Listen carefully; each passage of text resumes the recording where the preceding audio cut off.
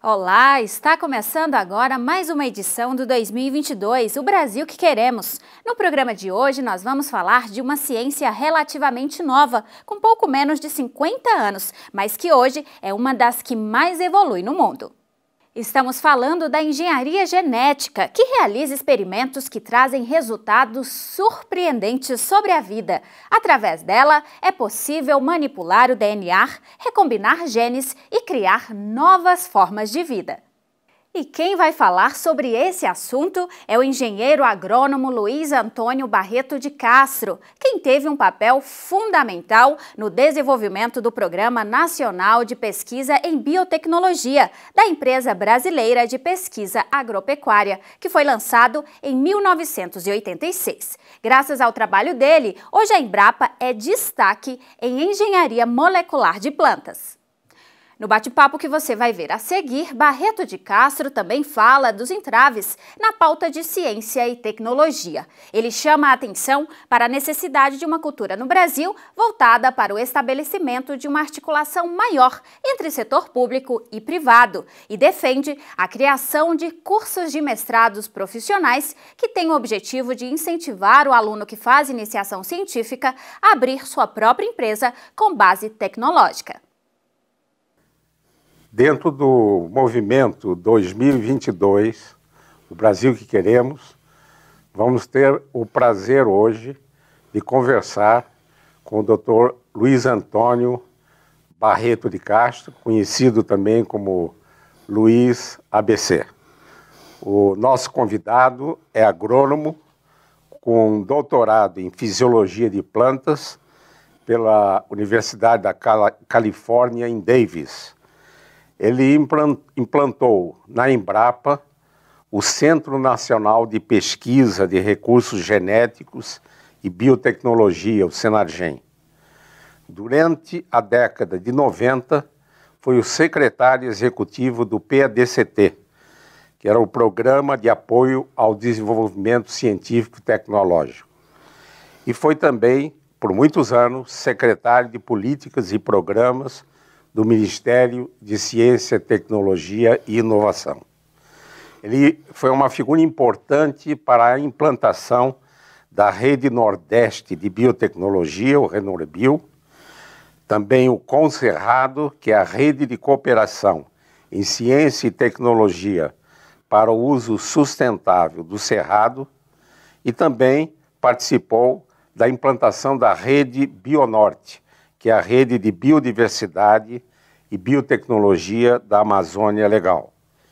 E, até recentemente, foi o presidente da Sociedade Brasileira de Biotecnologia. Muito obrigado por estar conosco, Luiz. Obrigado pelo convite. Eu faria a minha primeira indagação no sentido de se pudesse revisitar a sua formação e as suas atividades de pesquisas, principalmente na Embrapa.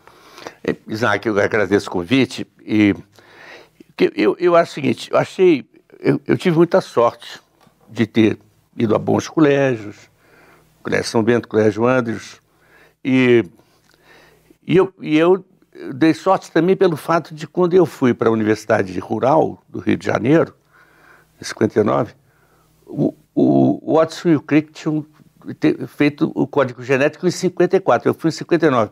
Então havia um grande interesse pela genética. Eu entrei na biblioteca, peguei um livro, Principles of Genetics, Sinotando Obzansk, aí eu li aquele livro todo. Genética estava na moda, nessa época que eu fui para lá. Mas, evidentemente, entre o que aconteceu com o código genético e o que veio depois acontecer, que foi a chamada Gene Revolution, Revolução da Engenharia Genética, houve um lapso de mais ou menos 20 anos. Né?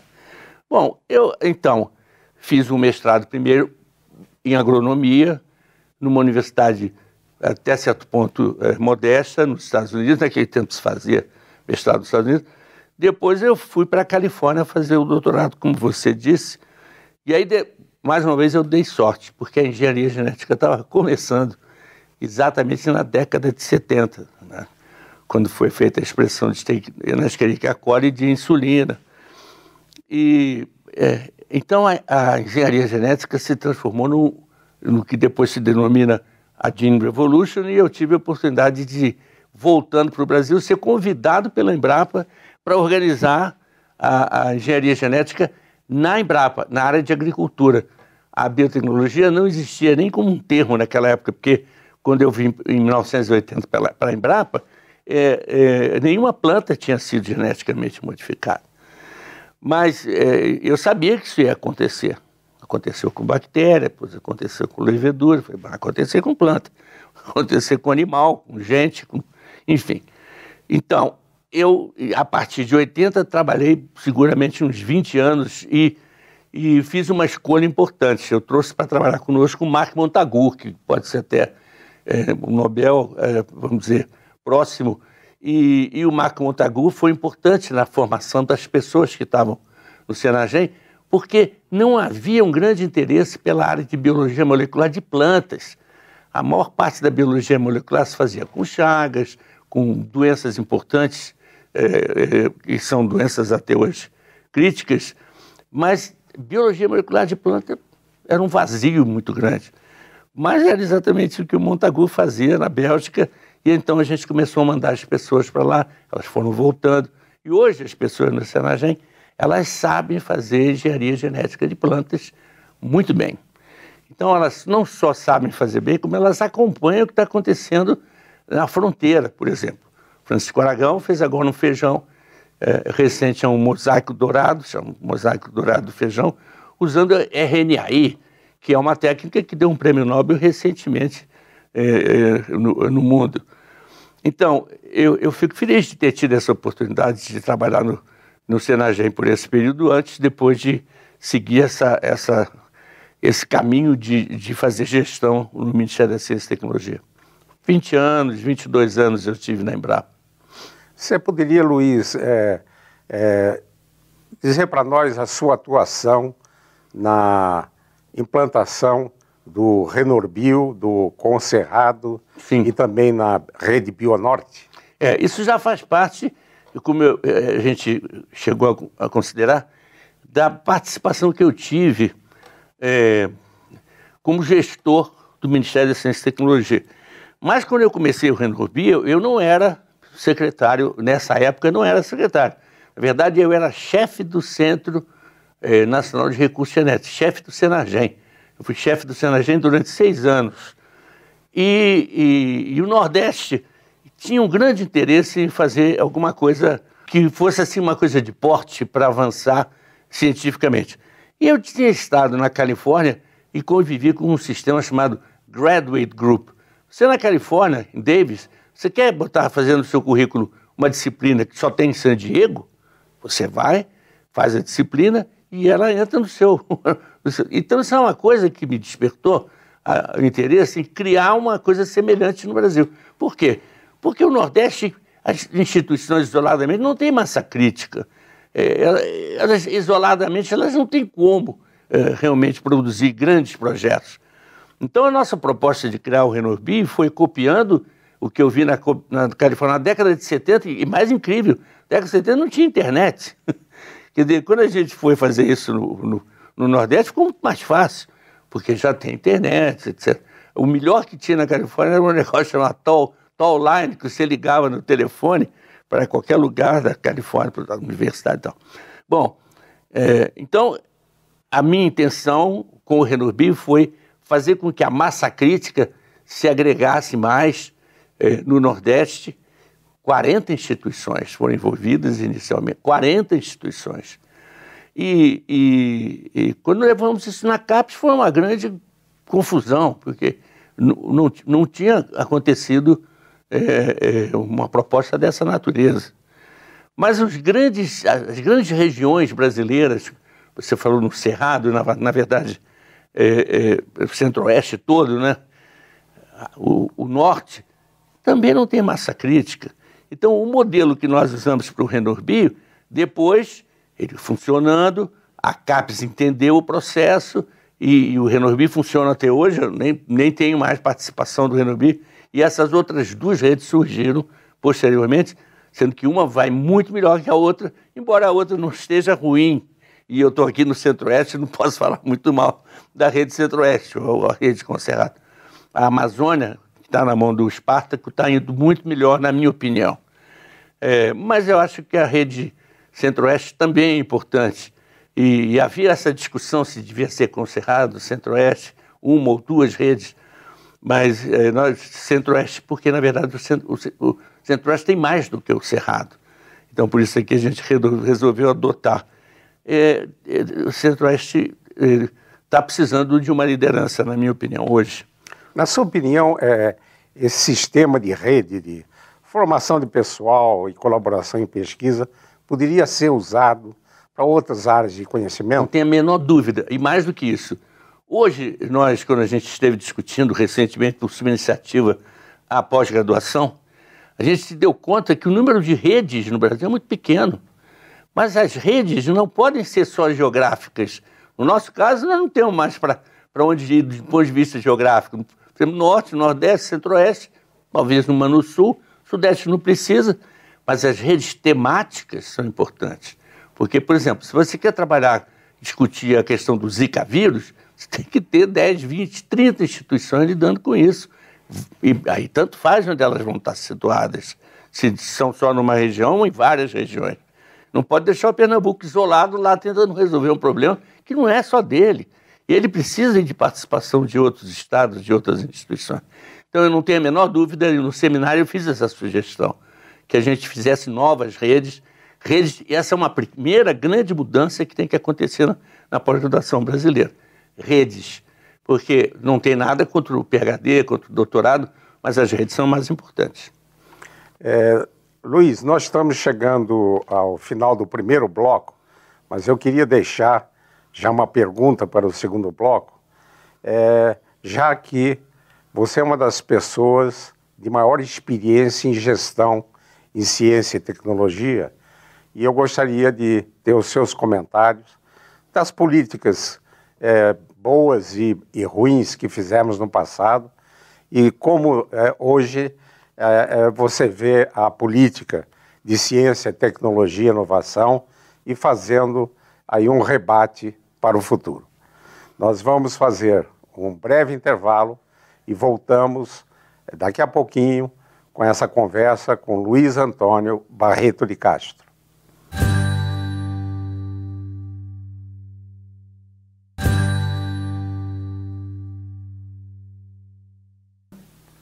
Voltamos então para o segundo bloco da nossa conversa com Luiz Antônio Barreto de Castro.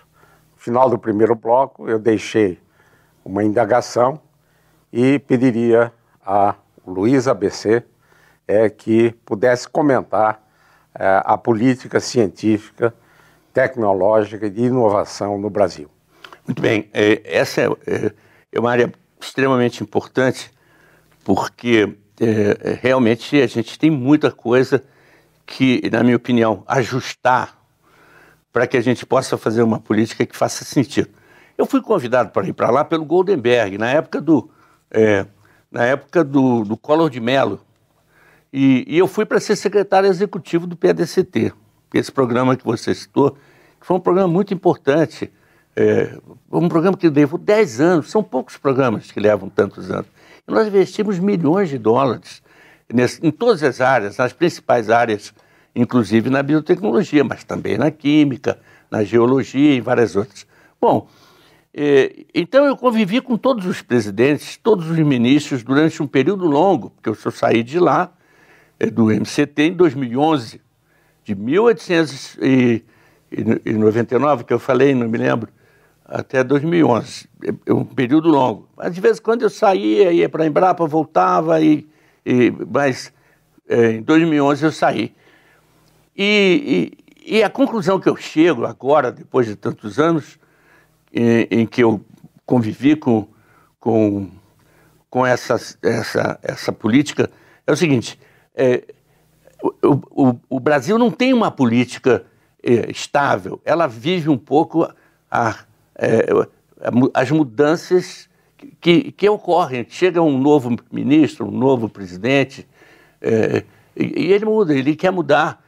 O último que falou comigo, que chama o Mercadante, que quando eu saí, ele estava entrando, ele disse, você sabe que cada ministro tem que ter a sua marca. Eu falei, bom, o país precisa ter uma política de certa estabilidade, não pode ficar mudando para o ministro ter sua marca. Então, o que eu acho que a gente, em primeiro lugar, nunca conseguiu fazer direito é o seguinte, nós investimos pouco em ciência e tecnologia. E todas as vezes que entrava um presidente novo, ele dizia, vou aumentar o PIB de 1% para 2% para a ciência. Isso nunca aconteceu. E não acontece por quê? Porque ele não ia falar com o ministro do Planejamento, ele falava, mas eu vou dobrar tudo. Eu dobro a ciência, depois eu dobro a educação. Como é que eu vou fazer para justificar para os outros que eu só vou dobrar a ciência? Quer dizer, isso nunca aconteceu. E nós estamos até hoje com os nossos famosos 1% de investimento em ciência e tecnologia. Segunda coisa que nós não conseguimos fazer, eu até digo mesmo no PDCD, que essa palavra não era uma palavra de ordem naquela época, é a tal da inovação. Nós não fazemos inovação no Brasil. Então, eu me recuso a escrever MCTI, porque eu não vejo o I. Não acontece inovação no Brasil. E não acontece principalmente na área farmacêutica. Se você olhar hoje a área farmacêutica, todo esforço que se faz, tem uma molécula que tem sido feita aqui. Você me lembrou antes da gente conversar, a Cheflan, talvez o Captopril, mas não tem, a indústria farmacêutica não inova. Ela importa o princípio ativo, formula e vende, ganha muito dinheiro. Agora, as grandes empresas que eles chamam a Big Pharma, eles fazem um processo de inovação forte. Então, eles chegam no mercado com verdadeiras inovações, com novas moléculas, etc.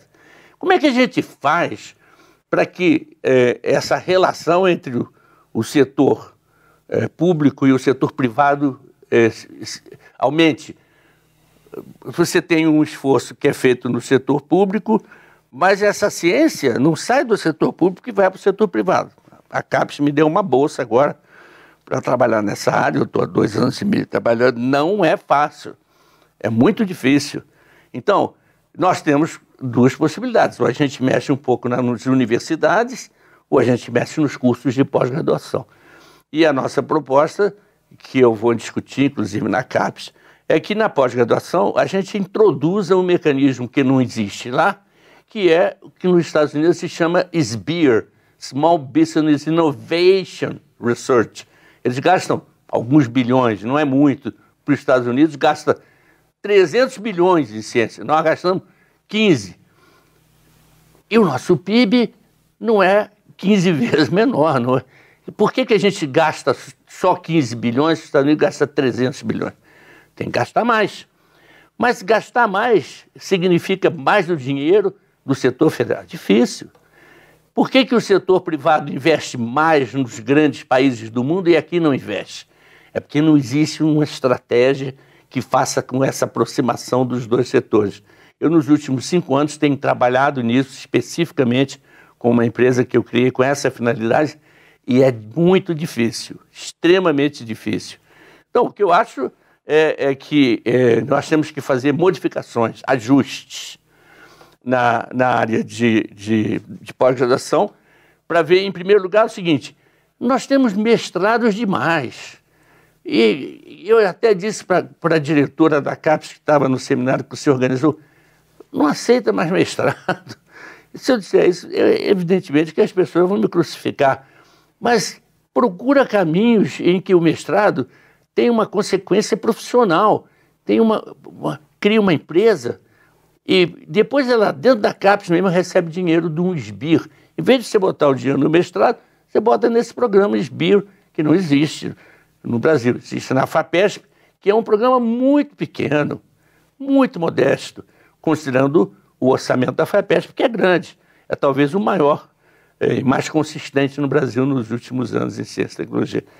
Então, eu acho que, para concluir, a gestão de ciência e tecnologia no Brasil, ela convive com essa dificuldade que é a troca de presidentes, de ministros, etc., que assumem novas posturas. Eu tive vários presidentes. O que eu acho que teve uma participação mais importante na ciência, para mim, foi o Lula. Eu hoje não votaria nele, votei em 2002, e não estou falando isso por nenhuma razão política, mas ele, evidentemente, que teve uma uma posição muito forte na ciência brasileira, que a Dilma, evidentemente, não tem.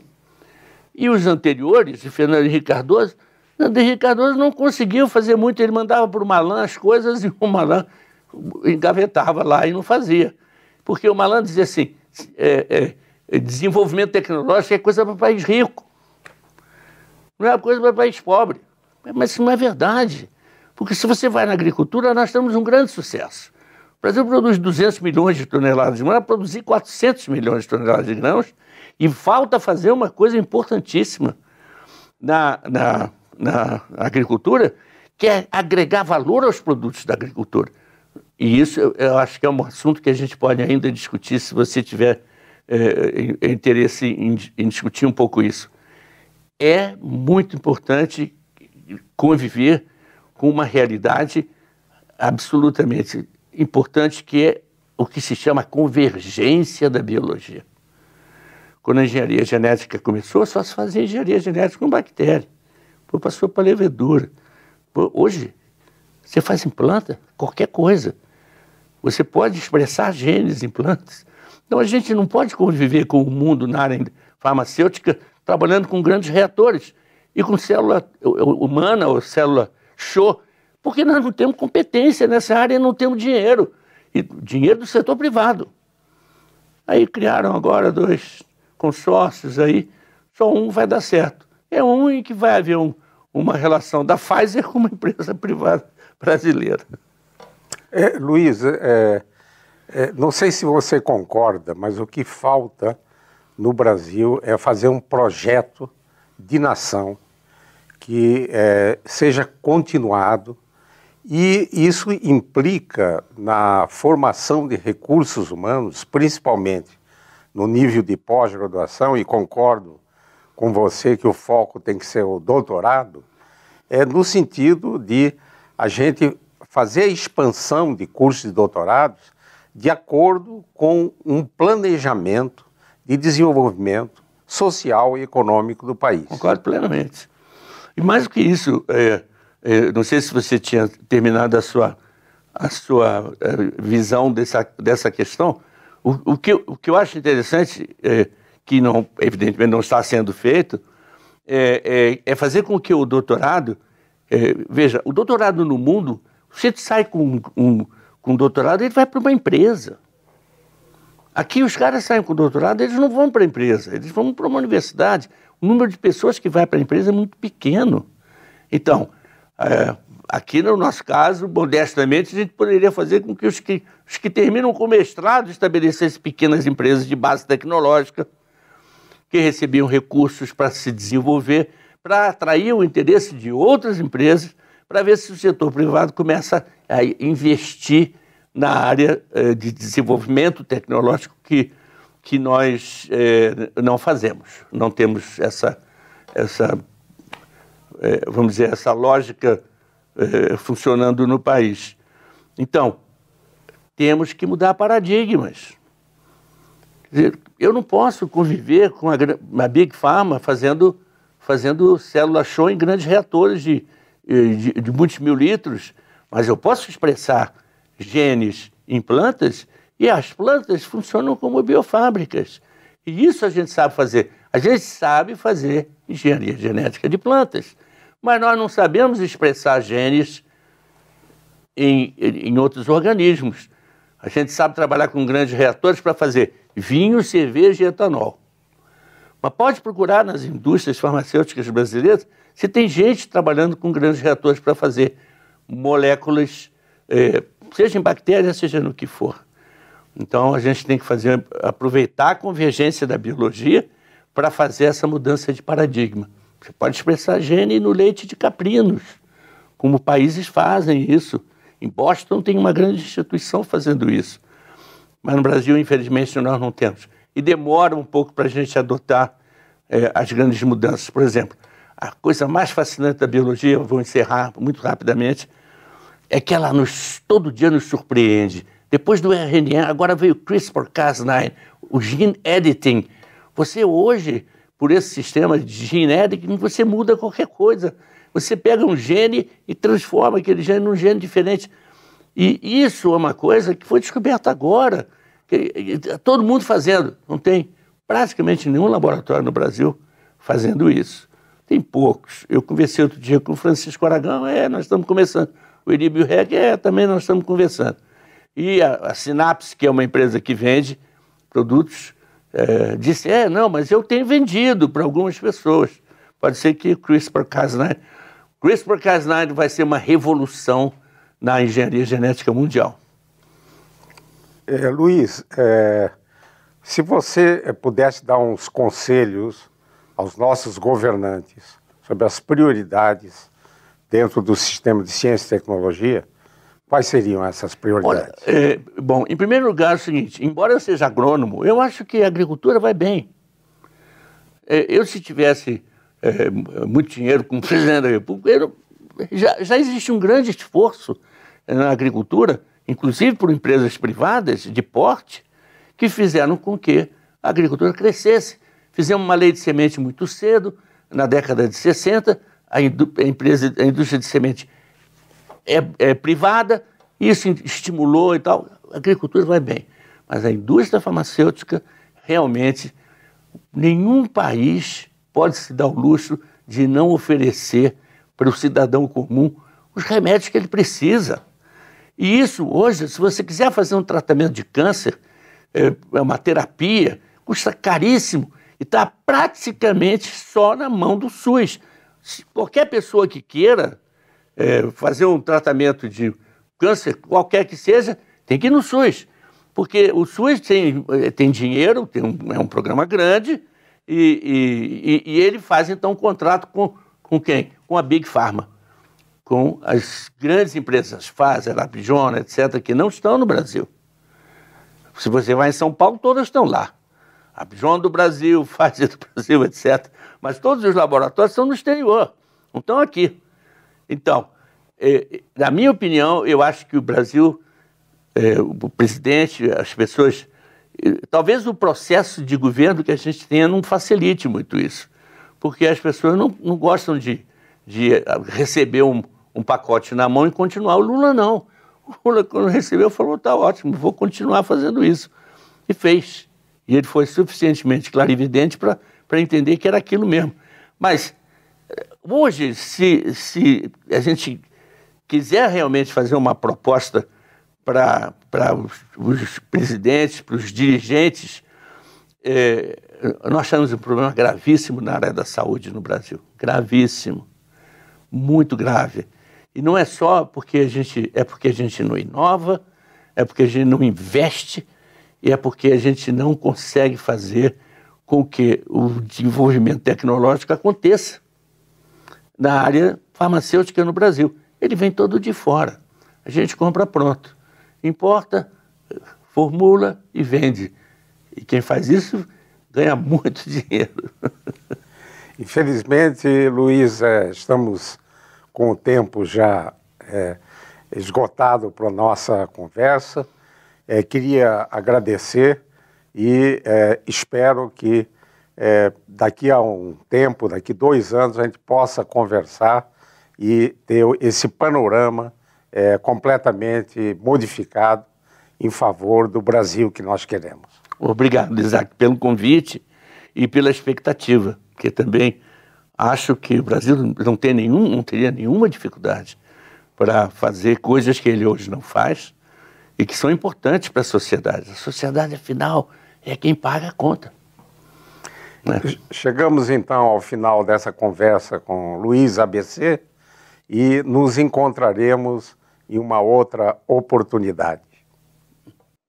Você acabou de assistir uma entrevista com o pioneiro da biotecnologia no Brasil, Luiz Antônio Barreto de Castro. Reveja este programa no site www.2022brasil.org.br ou no canal da TV Suprem no YouTube. E por hoje é só. Até mais!